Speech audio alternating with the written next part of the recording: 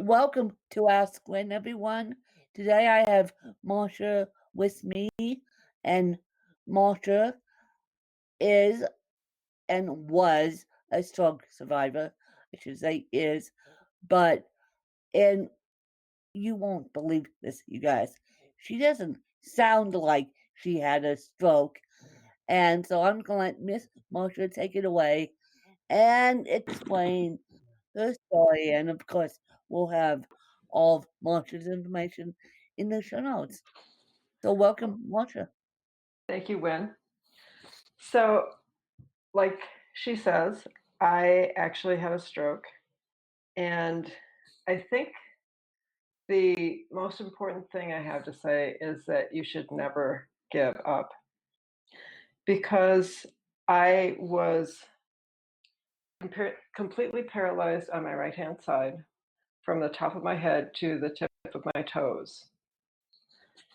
And when I got to the hospital the first night, a physical therapist came up to me and said, "You're going to take a walk now."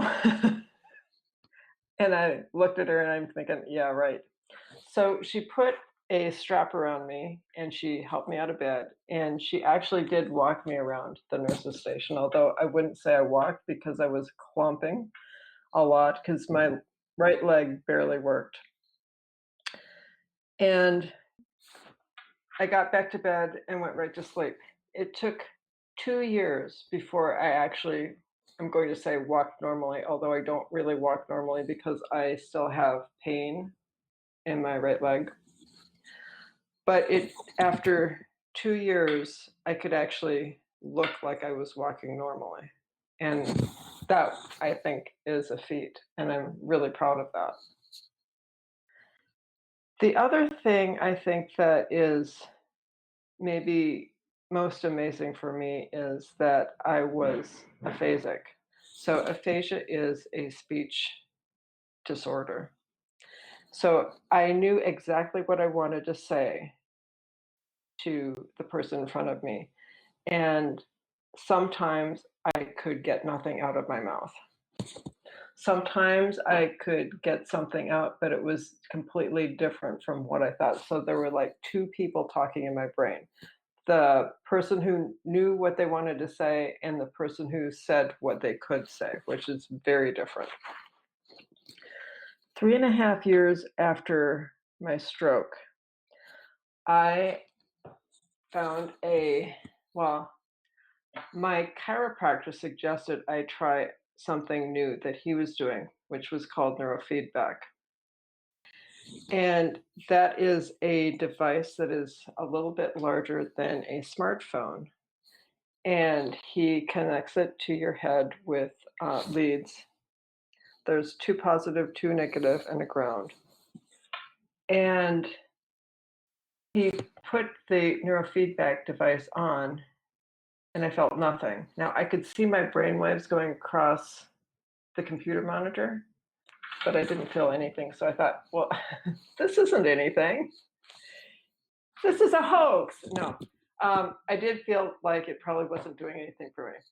Now, the interesting thing is that for 85% of traumatic brain injury survivors, this neurofeedback device improves them. That's why I was trying it out, because I'd read that. I thought, well, if it works for them, I'm going to try it myself. Believe it or not, I could talk a little bit better after my first session. So I went going back. And after 16 sessions, I could speak like I speak today. So the two voices in my head have now become one. And so what I'm thinking is what I say, which is really amazing for me. Yes, thank you, medical technology there. Yeah. And so, okay, on your website, I read that the morning you had the stroke, you were going out to coffee with a friend Yeah. and you texted that friend, I can't make it. because you felt something was off. And then you rolled back over and went to sleep. And so, how in the world did you realize that something was more than off? Jeez, beast. You send a text, it comes out garbled, and you roll back over and go to sleep. Yeah, that was a bad mistake. So, first of all, when I woke up and I felt odd or weird, and I tried texting her, not being able to read the text should have told me that something was wrong, but it didn't. I didn't know I was having a stroke. So I put the phone down, I rolled over, and again, when I rolled over and had this terrible headache, I could have thought, gee, maybe I should do something about this, but I didn't. I'm going, if I could just fall asleep, all things will be better. Well, that wasn't true either. So I actually woke up.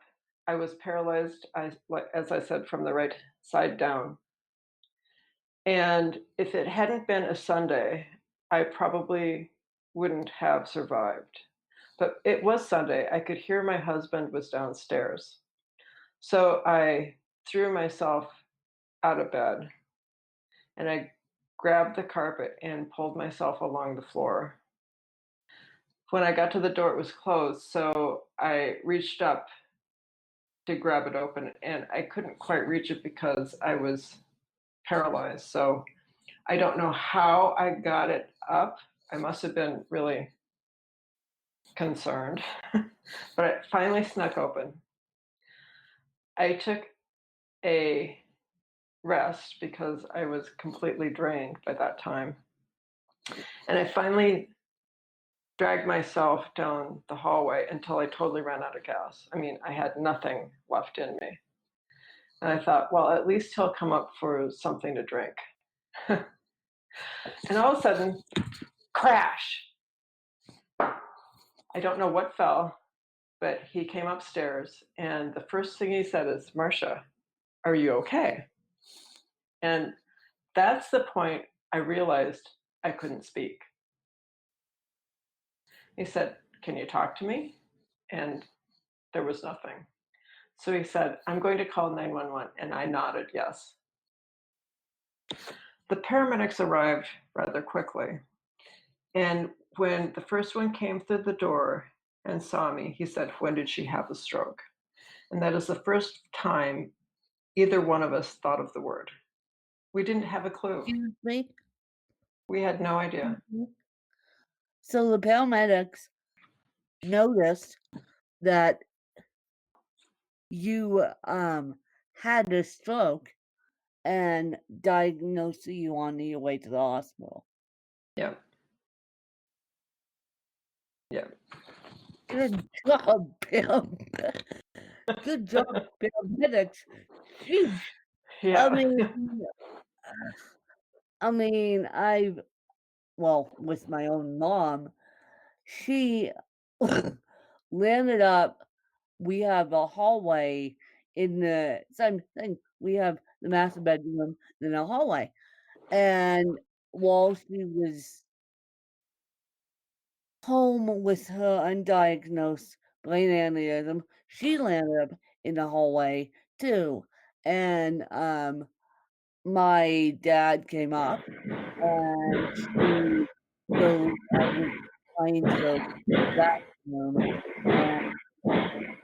and because of that that just started a whole little situation, and because of that, um, that was the first inkling that she was having this leaking brain aneurysm, not remembering where the bathroom was. So Yeah. good job, paramedics, for Yeah. diagnosing you on the way to the hospital. Yeah. Well, actually, they understood as soon as I walked in the door. So it was even before they got me in the ambulance. And they were actually determining whether or not they would give me TPA, which is tissue plasminogen activator. Okay. So if you have a stroke and you get TPA, it unblocks you, but you have to have it within a certain time frame. And because I had had my stroke while I was sleeping, they decided they'd better not give me TPA, which actually turned into a blessing because if they'd given it to me, I would have had a second brain bleed. Excuse me. So, if they would have given you this mission critical drug, TPA, it would have turned into a bigger mess than it actually already was. Yep, that's what they say. Oh my goodness. Walking fucking miracle here. And so, Marcia, what is your favorite book? And can you actually, I hate to be blunt, but I will ask it this way. Can you actually read books or do you like listening to books? Okay, so I can actually read. I like listening now more than I used to. So there's before the stroke and after the stroke. So after the stroke, I actually started listening to books and I liked it, which is surprising to me because I've been a reader all my life.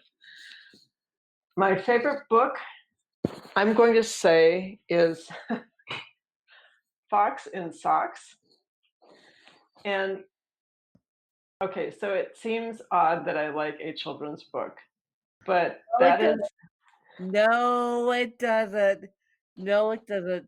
It doesn't seem odd that you like a children's book. No, it doesn't. okay. So I like Fox and Socks because it took a long time for me to be able to read it and say everything. And that is the last book my speech therapist gave me to read. I was still learning to read everything when we decided that I didn't need her anymore. So I went out and I bought my own copy. I used a copy that she had for a long time, but I went out and bought a copy. And I think that is a miracle for me that I could read it and say it all. That's amazing. That's Yeah. that's absolutely amazing. Now, what is your morning routine Uh, well, it's a little bit different. So now? I, yeah, I get up and I look on my social media to see what there is to respond to. Um, and then I have breakfast. I mean, I guess it's just like everybody's day nowadays. Yeah, Yeah, it's nothing different. Thank yeah. you, COVID, for Yeah. making all the morning routines out the filter. Thank you so much for doing that. And Marsha, if you had to take 5 things with you, and yes, your husband can come, and you were moving, what would they be? Well, clearly my husband is one of them, and I would take the pets, my computer, because this is how I access everyone now. These, you know, with COVID. Yeah, Um,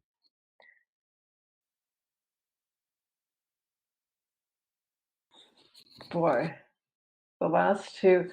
Okay, so this one is really stupid, but I would take a doll that my mother had when she was a child. and that one is not stupid, by the way. That is sentimental value. Okay, my husband really hates the doll. He he thinks it looks evil. Yeah, But I look at the doll and I think about her as a child. yeah, yeah. And I would think the last thing I would take would be something of my dad's. And believe it or not, I think that would be a belt buckle of his. Yeah. Well, two, semi- two sentimental values and pets and husband. That sounds Yeah. perfect to me.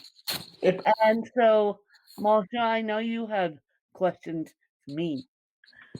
yes, I do. So I was wondering if you could describe to me how it feels when people don't give you enough time to express yourself, and how would you like them to be different? Well, as I said, I have aphasia myself, Mhm. and so I can think exactly like you. I can think of the words, but they don't come out of my mouth. Yeah.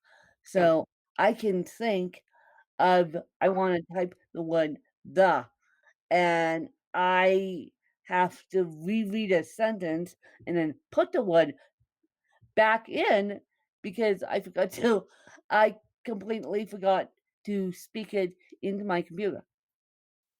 Right. And I also have communication apprehension, which is part of traumatic brain injury.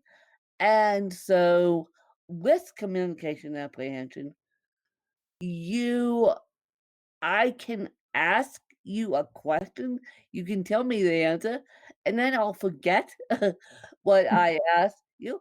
I'll give you a perfect example. Um, I lost my father in 2019, and Mhm. I I thought that I had asked my stepmom. I thought I had asked my stepmom, "How did my dad die?"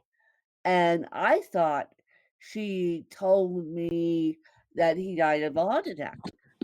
And she goes, "When? I told you a million times. He died of organ failure. You just weren't paying attention." And I'm like, "Yeah, I was." But at the time, I had so much stuff coming at me that I wasn't paying attention to remembering that I asked you. And so I want people, they don't have to go at a turtle's pace with me, but I want people to slow down and look at me straight in the face and talk to me as a human. It drives Right. me nuts. It literally drives me nuts. I mean, I have a great memory. Thank God I have a great memory. But sometimes aphasia gets in the way. And Mhm. sometimes my memory gets all kinds of mode where I don't remember things. Mhm. Yeah. And so basically, I want people to slow down with stroke survivors and people with cerebral palsy and don't judge a book by its cover. Do not judge a book by its cover. Yeah. Well said. Thank you. Yeah. And yeah, do not judge a book by its cover. Yeah. So, what do you do to advocate for your community then? Oh, well, with COVID, I haven't done anything other than this podcast that goes all across the country.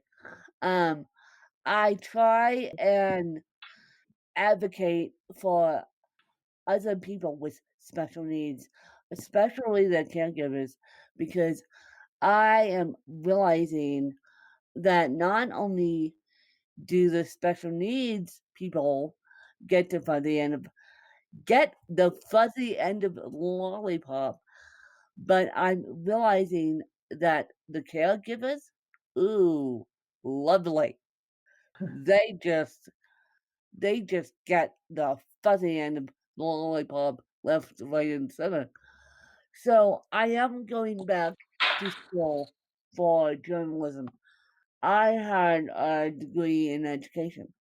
I spent 13 years in the education field, got laid off due to COVID slash my disability.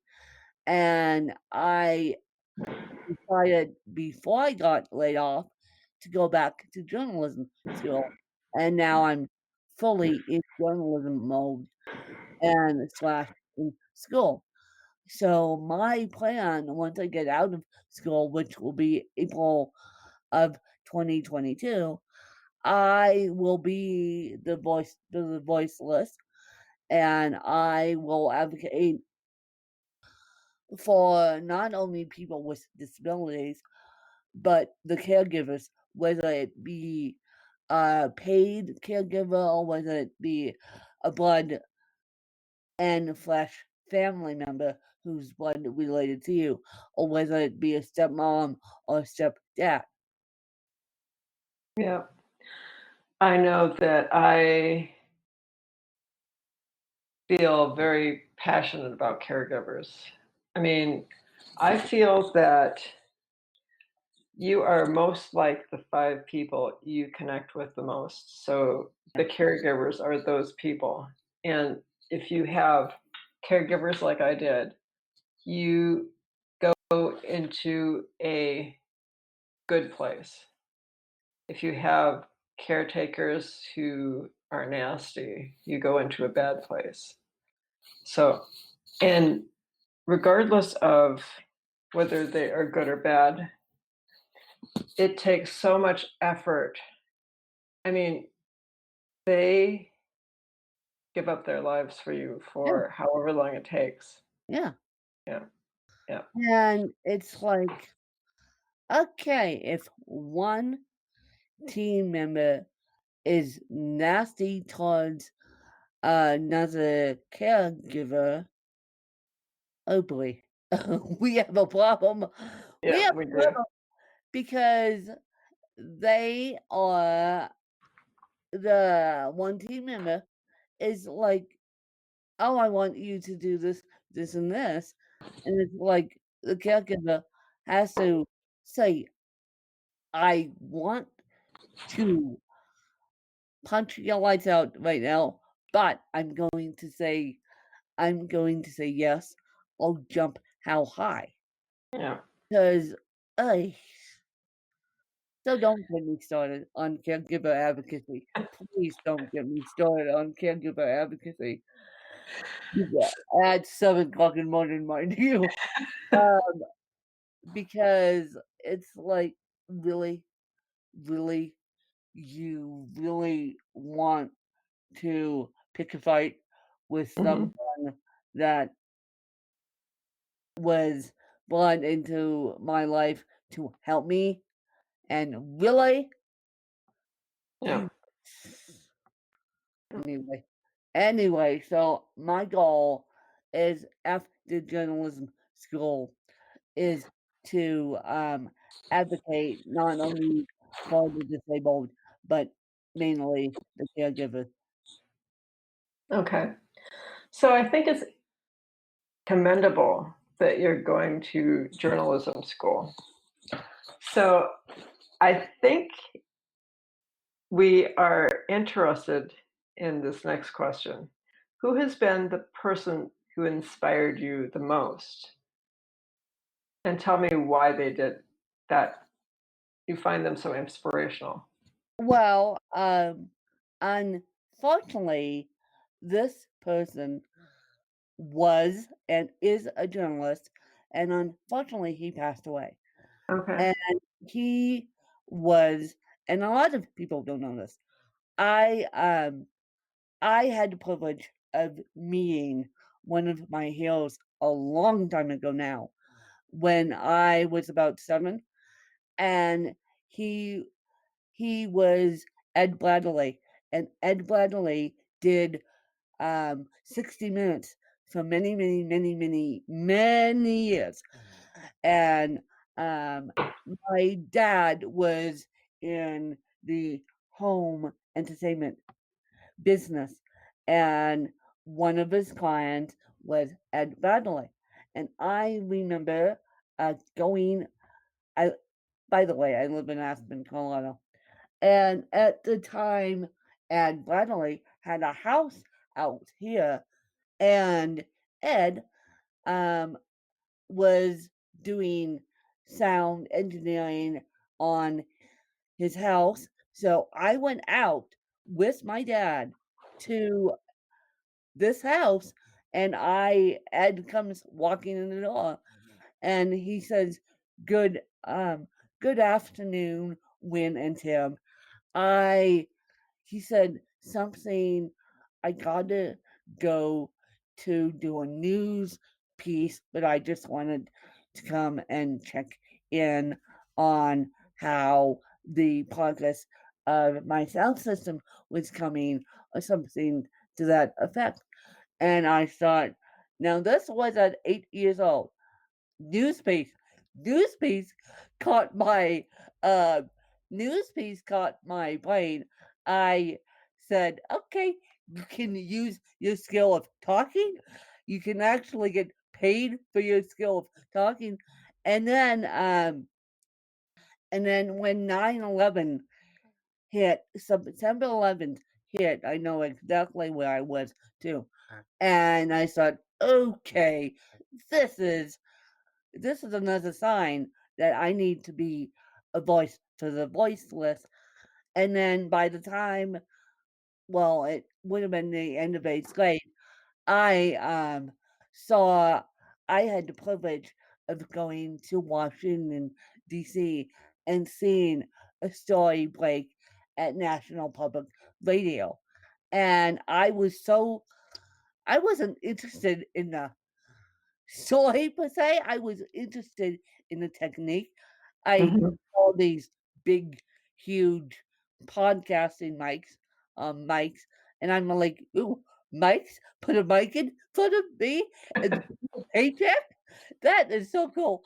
Because at the time I was looking for stuff that I could do um, independently, Right. and the reason why, and a lot of people don't know that I did a piece on how my girlfriend and I feel about Black Lives Matter.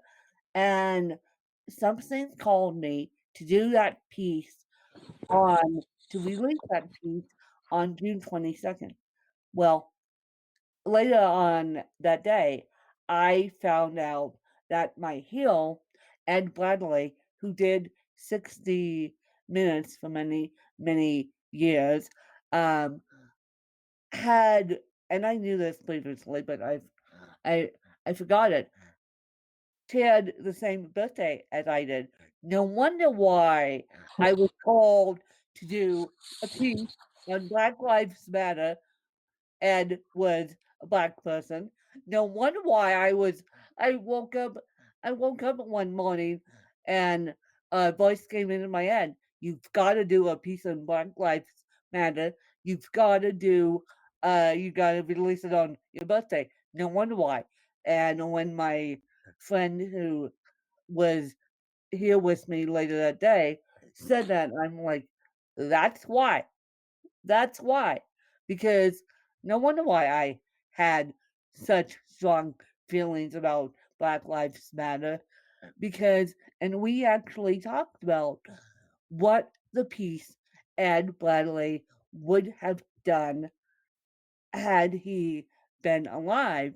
And Ed Bradley, for those of you who got the chance to see 60 Minutes when Ed Bradley was on it, Ed Bradley was someone who was very well spoken and very to the point too. Mhm. And so yeah, that's my story, and I'm sticking to it. Okay, so that's really interesting. Yeah, I'm going to change gears now, though, yeah. because we've heard what you want to do professionally. I also want to know what your favorite hobby is and how you feel free when you're doing it. My favorite hobby, and COVID, thank you very much. COVID took this hobby away from me, and everyone knows. And my favorite, actually, I have two favorite hobbies: hopping on an e-bike and snowboarding. I've Yeah. been snowboarding since I was 16 years old, and I love it. And COVID actually sidelined snowboarding for me. And so, COVID this year, last year, I took it off because, um, although COVID would have sidelined it for me anyway, because they closed the ski hills out here in March. So COVID sidelined that one for me. But I love snowboarding. I love biking, and snowboarding actually makes me feel like I don't have a disability because it's something everyone else does. And then biking on my e-bike um, also makes me feel like I don't have a disability because it's cool. It's cool interaction, and people look at me like, you have a e-bike? And the Mhm. e-bikes are so new that it's getting to the point where e-bikes are going to stay around. But for those of you that don't know the word e-bikes, e-bike is an electronic bike. So um, I think that those two activities are my favorite activities of all time. Snowboarding number one and e-biking number two. Okay. Well, I'm gonna say you have a lot of courage because I would be scared to death of snowboarding. Well, a lot of people are, and I do it with help, obviously, but I am I that's what I like to do. Yeah. Awesome. And so, Marcia, where can people find you? Where can people get a hold of you if they want you to tell your story or speak with you on another podcast? Yes, I said another podcast. So they can find me at strokeforward.com. And so my email address is Marcia, Marcia, at strokeforward.com. Well, that is terrific, and I wish you the best of luck, and do not have another stroke on us, Marcia. You I will made try not to. you made it this far, but I know um, I'm not kidding when I say that because I know it's very high that a stroke survivor could have another stroke. Well, although that's true, I try to live every day as if it was possibly my last. Yeah, And I don't think about that as in a negative way. I no, think if I live my life the way I want to every day, then I've got a pretty good life. yeah, and if another stroke takes you down, it will take you down. Yeah. It's all in God's timing, and God forbid me, I said God, but it's all in God's timing. Yep. And so, yeah. And so I appreciate you coming on and sharing your story. And I hope that you guys understood a little bit about a stroke survivor's story. And I hope that you guys have deep compassion for those with disabilities. And Marsha, what would be your closing thoughts for this interview? Tenacity. Exactly. Yes. So if you've had a stroke or whatever your disability, you have to have tenacity in order to get through it. Yep. Well, I love that, and that's a beautiful way to end it. And I appreciate you guys, and I definitely appreciate Mas- Masa for coming on, and I definitely appreciate all the love and support and we're going to make this bigger and better, and we're just gonna carry on. Bye, you guys.